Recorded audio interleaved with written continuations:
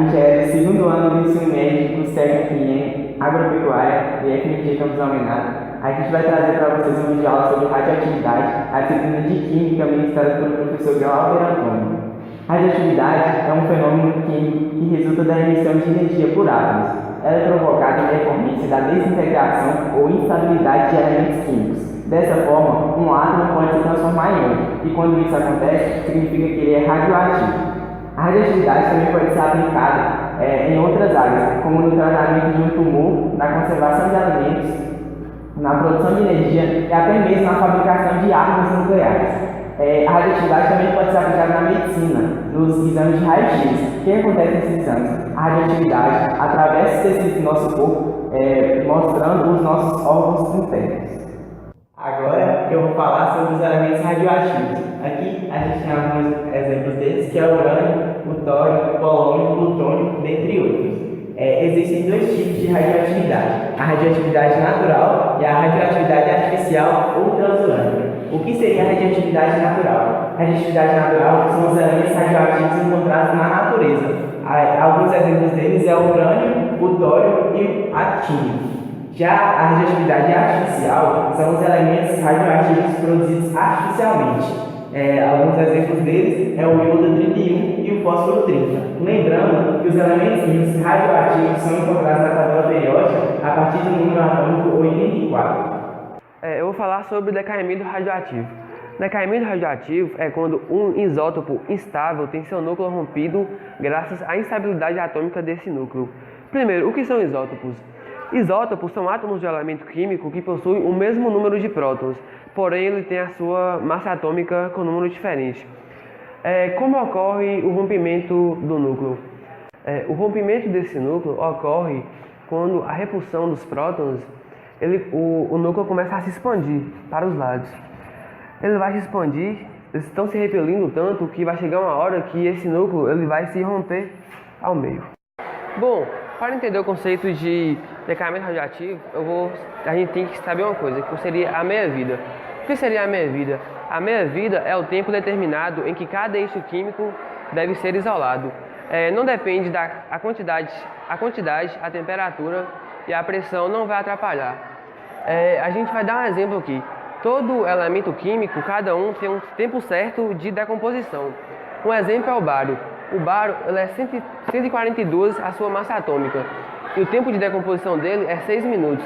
Então aqui a gente colocou um exemplo, a gente pegou 2 gramas do bário, depois de 6 minutos ela vai cair pela metade. E depois de mais 6 minutos vai tornar a cair pela metade e assim por diante. Geralmente, os elementos em decomposição são caracterizados por uma curva de decaimento radioativo. O que seria? Aqui tem o iodo, a sua massa atômica que é 131 gramas e o seu período de meia-vida que é 8 dias. Então aqui a gente pegou um exemplo de 20 gramas. Com o passar de 8 dias, ela vai cair pela metade, que seria 10. Com o passar de mais 8 dias, vai tornar a cair pela metade e pela metade. Assim sucessivamente, até que o elemento se desintegre por completo ou que ele se transforme em outro elemento químico através da energia liberada, que seria da radiação alfa, beta e gama. Essa é a forma de decaimento radioativo, onde o número de prótons em função do tempo é igual ao número de prótons vezes epsilon elevado a menos lambda vezes o tempo, em que m seria o número de prótons, o ezinho seria o epsilon, esse sinal aqui seria o lambda e t de tempo. Bom, eu vou falar sobre os tipos de radiação. Vou começar pelos tipos de emissão de partícula, que são alfa, beta e a emissão de nêutrons. Ela é o tipo de radiação que possui maior massa, pois é composta por 2 prótons e 2 nêutrons. Ela é a forma mais rápida de um átomo pesado e instável buscar estabilidade. Quando um átomo emite uma partícula alfa, sua massa atômica diminui em 4 unidades, formando outro elemento químico. Ela, por ser radiação de maior massa, ela tem baixo poder de penetração, porém é altamente ionizante. A radiação beta. A radiação beta, ela consiste na emissão de uma partícula similar a um elétron. Ela pode ser positiva ou negativa. A emissão da partícula beta negativa ocorre quando um nêutron se transforma em um próton, e a emissão da beta positiva ocorre quando um próton se transforma em nêutron. A emissão de nêutrons é uma radiação que ocorre geralmente a partir da quebra de um núcleo atômico. Apesar de ser uma radiação neutra, ela é capaz de causar ionização, e é o único tipo de radiação capaz de tornar outra substância radioativa. Bom, os tipos de radiação eletromagnéticas são as ondas que podem se propagar no vácuo ou no ar, e são capazes de transportar energia ou informações. A radiação gama é o tipo de radiação que é emitido quando um núcleo atômico emite outras radiações. Bem, a radiação gama é a maneira de um núcleo se estabilizar quando existe um excesso de energia no núcleo atômico. Ela é altamente ionizante por não possuir massa e ser bastante energética. Bom, a radiação X ela é obtida a partir da emissão de elétrons por um dispositivo que os acelera. Esses elétrons eles serão bruscamente freados e gerando assim os raios X. Ela é uma radiação altamente ionizante e possui efeito cumulativo. Bem, a radiação ultravioleta é uma das várias formas de radiação emitida pelo Sol. Ela é bastante energética e pode provocar ionização. A radiação visível é uma das formas de radiação não ionizante e nós conseguimos enxergar as coisas graças a ela. Ela pode ser gerada pelo Sol ou por lâmpadas. Bom, a radiação de micro-ondas também é uma radiação não ionizante, porém ela tem a propriedade de interagir com a matéria, principalmente moléculas polares e íons. Ela consegue fazer essas moléculas e íons entrarem em rotação. Bem, a radiação de rádio e TV é um tipo de radiação que também é não ionizante e tem a propriedade de transportar informação. E é a partir disso que conseguimos obter o sinal de rádio ou TV. Agora nós vamos falar sobre as leis da radioatividade. Só que primeiro a gente precisa saber por que as leis ocorrem de tal modo. Rutherford ele pegou uma caixa de chumbo e dentro dela ele colocou uma fonte radioativa. E depois disso ele colocou uma placa de polo negativo de um lado e uma placa de polo positivo de outro, para ver se a radiação emitida, a emissão, ela iria se deslocar para algum desses lados, se a emissão teria uma carga negativa ou uma carga positiva. E depois ele pegou e colocou uma chapa fotográfica na frente. Por que a chapa fotográfica? Porque a gente não consegue ver a emissão.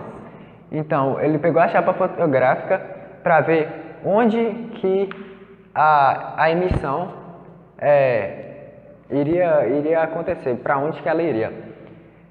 E nisso ele percebeu que a emissão ela liberava partículas e radiação. No polo negativo, para o polo negativo, foi a partícula positiva alfa, que tem massa atômica 4 e número atômico 2. E para o polo positivo, foi a partícula negativa beta, que tem massa atômica 0 e número atômico menos 1. Por isso, que se é negativo, ela foi para o polo positivo, e como o alfa é positivo, foi para o polo negativo. E além dessas partículas, foi emitida também a radiação gama. Lembrando que a gama não é uma partícula, ela é radiação. Primeira lei da radioatividade, por Soddy.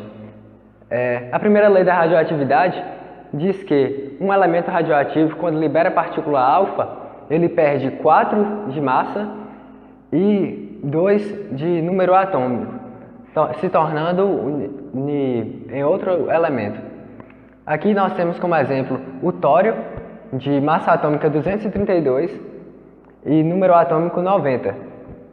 Quando ele libera uma partícula alfa, ele perde o 4 de massa atômica e 2 de número atômico, se tornando o elemento rádio. Por que ele se torna um elemento rádio? O que define um elemento é o seu número atômico. E como ele perde 2 de número atômico, é formado um novo elemento. Segunda lei da radioatividade, por Soddy, Fajans e Russell. A segunda lei da radioatividade diz que quando um átomo libera partículas beta, ele continua com a mesma massa e o elemento gerado, ele muda o seu número atômico somando mais um. Aqui nós temos como exemplo, novamente, o tório, só que dessa vez com massa atômica 234. Quando ele emite uma partícula beta, o elemento gerado continua com uma massa atômica de 234, só que dessa vez o elemento possui um número atômico de 91. Agora nós vamos falar sobre a constante radioativa. Nós sabemos que a radioatividade é um fenômeno estatístico, portanto, quanto maior for o número de núcleos radioativos na amostra, maior será a velocidade de desintegração.